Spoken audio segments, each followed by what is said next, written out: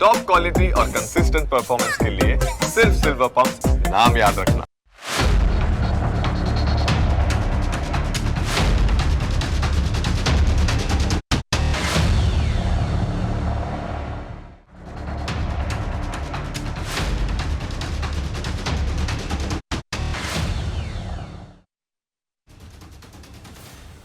Break બાદ આપનું સ્વાગત છે. રશિયા અને યુક્રેનના યુદ્ધ પર ફૂલ સ્ટોપ મુકાઈ જાય એવી સંભાવના છે. બંને દેશો વાતચીતના ટેબલ પર આવવા તૈયાર થયા, એ જ એક મોટી વાત થઈ છે. આ વાતચીતનું અંતિમ પરિણામ શું આવશે એ તો સમય જ કહેશે, પણ આ લડાઈના મૂળિયા સમજવા જરૂરી છે. અને મૂળિયા સુધી પહોંચવું હોય તો સોવિયત યુનિયનના સમયમાં આપણે પાછા ફરવું પડે. ચાલો ઘડિયાળને પાછળ ફેરવીએ અને ટાઈમ ટ્રાવેલ કરીએ.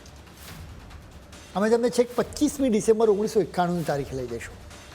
આ તારીખે છેલ્લી વખત ક્રેમલિન પરથી સોવિયત યુનિયનનો ઝંડો ઉતારવામાં આવ્યો હતો. ક્રેમલિન સોવિયત યુનિયનનું સત્તા કેન્દ્ર છે. સરળ ભાષામાં કહીએ ને તો ત્યાં જ સરકાર બેસે છે. ક્રેમલિન પરથી સોવિયત યુનિયનનો ઝંડો ઉતારવાની સાથે જ યુએસએસઆરના ટુકડા થયા. યુએસએસઆર એટલે કે યુનિયન ઓફ સોવિયત સોશિયલિસ્ટ રિપબ્લિક્સ. ઇતિહાસની આ એકદમ ખાસ ક્ષણ હતી. સોવિયત યુનિયન એક સમયે સુપર પાવર હતો, એનાથી અમેરિકા પણ ડરતું હતું. 25મી ડિસેમ્બર 1991ના દિવસે સોવિયત યુનિયન તૂટ્યું અને 15 નવા દેશ બન્યા. આ 15 દેશોમાં Armenia, Azerbaijan, Belarus, Estonia, Georgia, Kazakhstan, Kyrgyzstan, Latvia, Lithuania, Moldova, Russia, Tajikistan, Turkmenistan, Ukraine અને ઉઝબેકિસ્તાન સામેલ છે. આ 15 દેશોમાં યુક્રેન અને રશિયા વચ્ચે અત્યારે યુદ્ધ ચાલી રહ્યું છે. એ સિવાય આ જ 15 દેશોમાં સામેલ આર્મેનિયા અને અઝરબૈજાન પણ અનેક વખત લડી ચૂક્યા છે. આર્મેનિયા અને અઝરબૈજાન વચ્ચે લડાઈનું કારણ નાર્ગોના કારાબાખ છે, જેના માટે બંને દેશો બાખરે છે. આ કેસમાં પણ ભારત અને પાકિસ્તાનની એન્ટ્રી થઈ છે. અઝરબૈજાન ભારતના દુશ્મન પાકિસ્તાન અને તુર્કીનું ખાસ મિત્ર છે. આ બે મિત્રો પાસેથી મળેલા હથિયારોથી અઝરબૈજાન વારંવાર આર્મેનિયા પર હુમલા કરે. ભારત આર્મેનિયાને મદદ કરે છે. ભારતે આર્મેનિયાને કહ્યું છે કે ફિકર નોટ, અમે તમને મિસાઇલ, રોકેટ અને દારૂગોળો આપીશું. મૂળ તો યુક્રેન, આર્મેનિયા અને અઝરબૈજાન સોવિયત યુનિયનમાંથી જ અલગ થયા. હવે આ 15 દેશો કેવી રીતે અલગ થયા એ પણ તમારે જાણવું જરૂરી છે.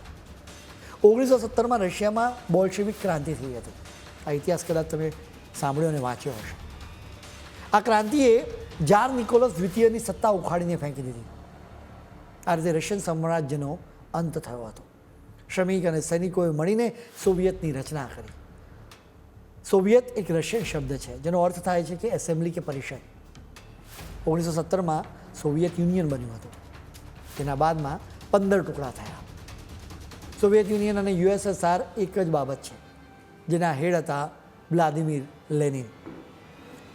1922માં લેનિને દૂર દૂરના પ્રાંતોને રશિયામાં ભેળવી દીધા. આ રીતે સત્તાવાર રીતે સોવિયત યુનિયનની સ્થાપના થઈ.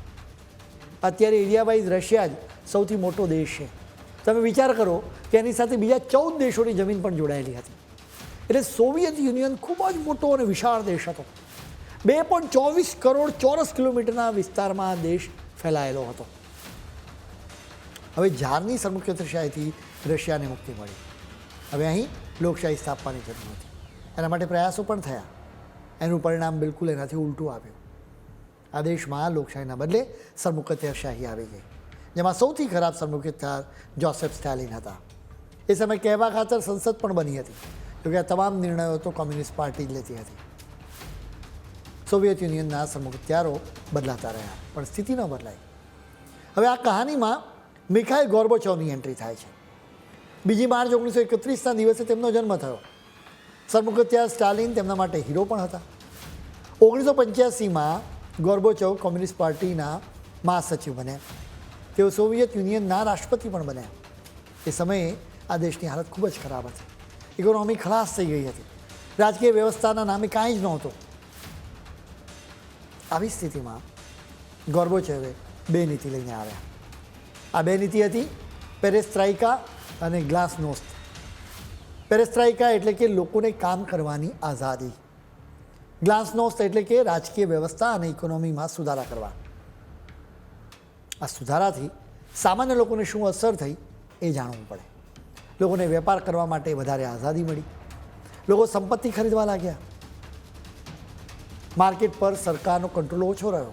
સ્વાભાવિક રીતે આટલું જાણીને થાય કે એનાથી સોવિયત યુનિયનની હાલત સુધરી હશે. એનાથી તદ્દન ઉલટી થઈ.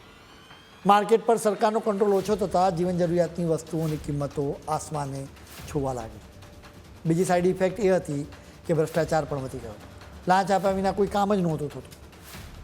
ગોર્બોચોવે તો સારું વિચાર્યું હતું. લોકોની ભલાઈનો જ વિચાર કર્યો હતો. તેઓ માનતા હતા કે નવી પેઢી કંઈક નવું કરશે એટલે વિદેશી રોકાણ આવશે, જેનાથી લોકો અને સરકાર બંનેને ફાયદો થશે. ફાયદો તો જરૂર થયો, પરંતુ માત્ર ને માત્ર સરકારી અધિકારીઓને. તેમના જ ગરજવા ભરાતા રહ્યા. લોકો માટે હવે ગોર્બોચોવ હીરો નહીં પરંતુ વિલન હતા. એ પછી તો કમ્યુનિસ્ટ પાર્ટીમાં પણ તેમનો વિરોધ થવાનો શરૂ થઈ ગયો. સમગ્ર સોવિયત યુનિયનમાં અસંતોષ ફેલાયો. ઇસ્ટોનિયા, લિથુઆનિયા અને લેટવિયામાં યુવાનો આઝાદીના નારા લગાવવા લાગ્યા. 6 સપ્ટેમ્બર 1991ના દિવસે આ ત્રણેય પ્રાંતોએ પોતાની જાતને સ્વતંત્ર દેશ જાહેર કરી દીધો. ધીરે ધીરે અઝરબૈજાન, જોર્જિયા, આર્મેનિયા, યુક્રેન અને મોલ્દોવામાં પણ વિરોધ પ્રદર્શનો શરૂ થવા લાગ્યા.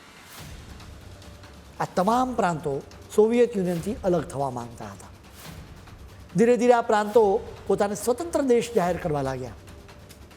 આખરે 21મી ડિસેમ્બર 1991ના દિવસે આ તમામ પ્રાંતોના નેતાઓને બોલાવવામાં આવ્યા.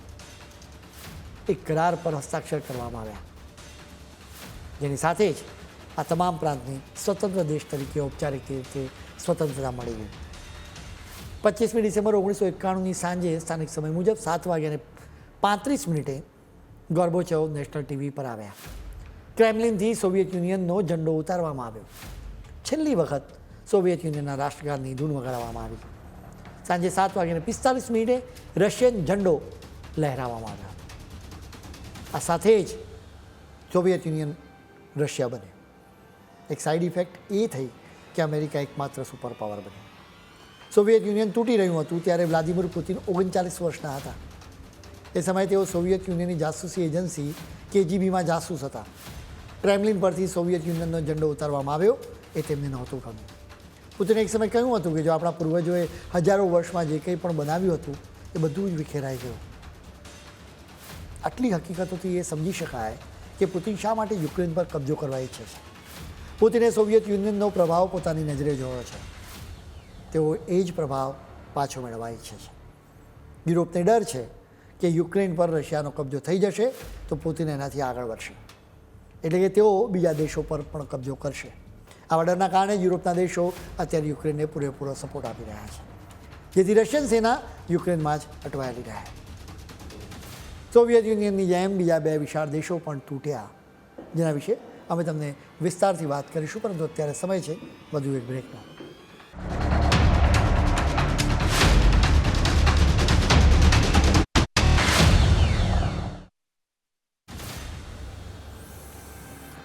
બ્રેક બાદ આપનું ફરી સ્વાગત છે. દુનિયાનો નકશો વખતો વખત બદલાતો રહે છે, કેમ કે દેશોની સીમાઓ પણ બદલાતી રહે છે. બ્રેક પહેલાં અમે સોવિયત યુનિયનની તમને વાત કરી હતી. હવે અમે ચેકોસ્લોવાકિયા વિશે પણ વાત કરીશું. તમે ચેક રિપબ્લિક અને સ્લોવાકિયા દેશોના નામ અચૂક સાંભળ્યા હશે. નકશામાં એ નામ પર નજર પર પડી હશે કદાચ. આ દેશના ભાગલા પાડવામાં આવ્યા હતા, જેના પછી ફરી ટેમ્પરરી આ બંને દેશોને જોડવામાં પણ આવ્યા. આખરે ફરી આ દેશના ભાગલા પડ્યા. અત્યારે પણ તેઓ બંને અલગ અલગ દેશ છે. આ બંને દેશોનું કલ્ચર એક જ સરખું છે. ચેકોસ્લોવાકિયામાં ચેક રિપબ્લિક અને સ્લોવાકિયા બંને સામેલ હતા. આ બંને કેમ અલગ થયા એ એક જાણવું ઇન્ટરેસ્ટિંગ છે. 1918માં ચેકોસ્લોવાકિયાનો જન્મ થયો.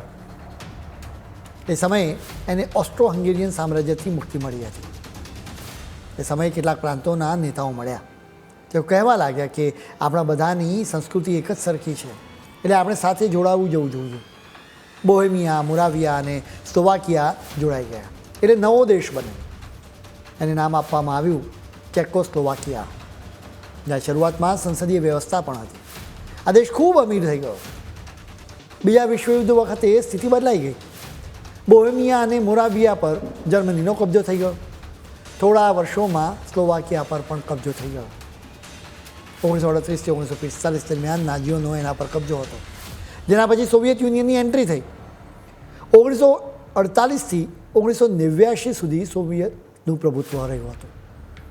ચેકોસ્લોવાકિયા પર સોવિયતનો પ્રભાવ વધવા લાગ્યો. સોવિયતના કારણે સામ્યવાદનો પ્રભાવ પણ હતો. 1989ના અંતમાં અહીં લોકશાહી માટે માંગણી ઉઠી. એ સમયે સોવિયત યુનિયનના વડા મિખાઇલ ગોર્બોચોવ જ હતા. એટલે સોવિયત યુનિયનના પતન અને ચેકોસ્લોવાકિયાના પતનની કહાની પેરેલલ ચાલી રહી હતી. લોકશાહી માટેની ઝુંબેશ આખરે રંગ લાવી.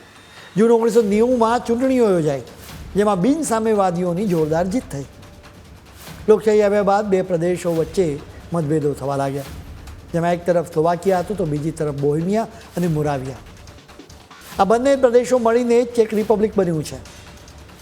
બંને પ્રદેશો વચ્ચે મતભેદો વધ્યા એટલે બંને દેશોના નેતાઓ વાતચીત કરવા સામે આવ્યા. તેમણે નક્કી કર્યું કે હવે ભેગા ન રહેવાય. એટલે 1 જાન્યુઆરી 1993ના દિવસે ચેક રિપબ્લિક અને સ્લોવાકિયા નામના બે નવા દેશો બન્યા, જેને વેલ્વેટ ડિવોર્સ પણ કહેવામાં આવે છે. આ કેસમાં એક રીતે શાંતિથી કામ થઈ ગયું. દુનિયાના ઇતિહાસમાં સમયની સાથે અનેક દેશો બન્યા અને દફનાઈ પણ ગયા. સરહદોની રેખાઓ ખેંચવામાં આવી અને સાથે ભૂંસાઈ પણ ગઈ. સોવિયત યુનિયન અને ચેકોસ્લોવાકિયા બાદ હવે અમે યુગોસ્લાવિયા વિશે પણ વાત કરીશું. આ દેશના પણ અનેક ટુકડા થઈ ચૂક્યા છે. ઇતિહાસની ટેક્સ્ટબુક્સમાં તમને આ દેશનું નામ અચૂક મળશે, જોકે અત્યારના નકશામાં તમને આ દેશ ક્યાંય નહીં મળે. એનું કારણ એ છે કે એ જગ્યાએ અત્યારે અનેક નવા દેશો બની ગયા છે. 1990માં યુગોસ્લાવિયા તૂટ્યું અને અનેક દેશો બન્યા. આ દેશોમાં ક્રોએશિયા, સર્બિયા, મોન્ટેનિગ્રો, મેસેડોનિયા, બોસ્નિયા અને હર્ઝેગોવિયાના સામેલ છે. આ દેશોમાંથી સૌથી પહેલાં 1991માં ક્રોએશિયાએ પોતાની જાતને સ્વતંત્ર દેશ જાહેર કર્યો હતો. અત્યારે બલુચિસ્તાનના બળવાખોરોએ સ્વતંત્ર દેશની જાહેરાત કરી છે. એ જ રીતે ક્રોએશિયાએ જાહેરાત કરી, જેના પછી એણે આઝાદી માટે 1995 સુધી લડાઈ લડવી પડી. એક તરફ ક્રોએશિયામાં આઝાદી માટે લડાઈ ચાલી રહી હતી, તો બીજી તરફ બોસ્નિયામાં જબરજસ્ત હિંસા ફાટી નીકળી હતી. હજારો લોકોને મારી નાખવામાં આવ્યા હતા. યુગોસ્લાવિયાથી અલગ થવા માટે પ્રાંતો સંઘર્ષ કરી રહ્યા હતા. તમામ પ્રાંતોમાં બોસ્નિયા હર્ઝેગોવિનામાં સ્થિતિ વિકટ હતી. અહીં શહેરો સળગી રહ્યા હતા અને લોકો વિસ્થાપિત થઈ રહ્યા હતા. આખરે સમજૂતી થઈ અને ઘર્ષણ અટક્યું. યુગોસ્લાવિયા તૂટવા માટે અનેક કારણો હતા. સૌથી પહેલું અને મુખ્ય કારણ તો એ છે કે અહીં જુદી જુદી સંસ્કૃતિના લોકો રહેતા હતા. અહીંની આર્થિક સ્થિતિ ખૂબ ખરાબ હતી. આખા દેશને સંભાળી શકે એવો કોઈ સક્ષમ નેતા જ નહોતો. આ બધા વચ્ચે એક વિલન નાટો હતો. નાટોએ દખલ કરી અને 11 અઠવાડિયા સુધી બોમ્બમારો કર્યો. 1999માં બળવાખોરોને સમર્થન આપવા નામે નાટોએ સર્બિયામાં પણ બોમ્બમારો કર્યો હતો. ચેકોસ્લોવાકિયાના કેસમાં શાંતિપૂર્વક ભાગલા પડ્યા હતા, જોકે યુગોસ્લોવાકિયાના કેસમાં તો ખૂબ જ લોહી વહ્યું હતું. દુનિયાનો નકશો બદલાઈ રહ્યો છે. અનેક દેશોના ભાગલા પડ્યા છે. આપણા દેશના અનેક ભાગલા પડ્યા. આજથી માત્ર 2000 વર્ષ પહેલાં Afghanistan, Pakistan, Nepal, Tibet, Bhutan, Iran, Bangladesh, Burma, Indonesia, Cambodia, Vietnam, Malaysia અને માલદીવ સહિત બીજા અનેક દેશો ભારતના જ પ્રદેશો હતા. સમ્રાટ અશોક સહિતના ભારતીય મહારાજાઓનું સામ્રાજ્ય દૂર દૂર સુધી ફેલાયું હતું. નકશાની વાત થઈ રહી છે ત્યારે ભારતનો ખરો નકશો આજે પણ નવા સંસદ ભવનમાં છે. નવા સંસદ ભવનના ઉદ્ઘાટન બાદ અહીંના એક મ્યુરલે આખી દુનિયાનું ધ્યાન ખેંચ્યું હતું. આ મ્યુરલમાં અખંડ ભારતનો નકશો બતાવાયો છે. આ નકશો જોઈને નેપાળ અને પાકિસ્તાનના નેતાઓ અકળાઈ ગયા. જોકે એનાથી કંઈ વાસ્તવિકતા બદલાઈ જવાની નથી. માત્ર પીઓકેની જ વાત નથી, બલકે નેપાળ અને પાકિસ્તાન જ નહીં પરંતુ અફઘાનિસ્તાન પણ એક સમયે ભારતમાં સામેલ હતું. માત્ર સંસદ ભવનમાં નકશા પૂરતી વાત સીમિત નહીં રહે. અમે વધુ એક વખત કહીશું કે સરહદો ગમે ત્યારે બદલાઈ શકે છે. પાકિસ્તાન હદમાં નહીં રહે તો એની પણ સરહદો બદલાઈ શકે છે. ખેર, આદા ભૂસ્ટોપમાં આજે આટલું જ. નવા મુદ્દાઓ સાથે કાલે ફરી મળીશું. ત્યાં સુધી મને રજા આપશો. નમસ્કાર.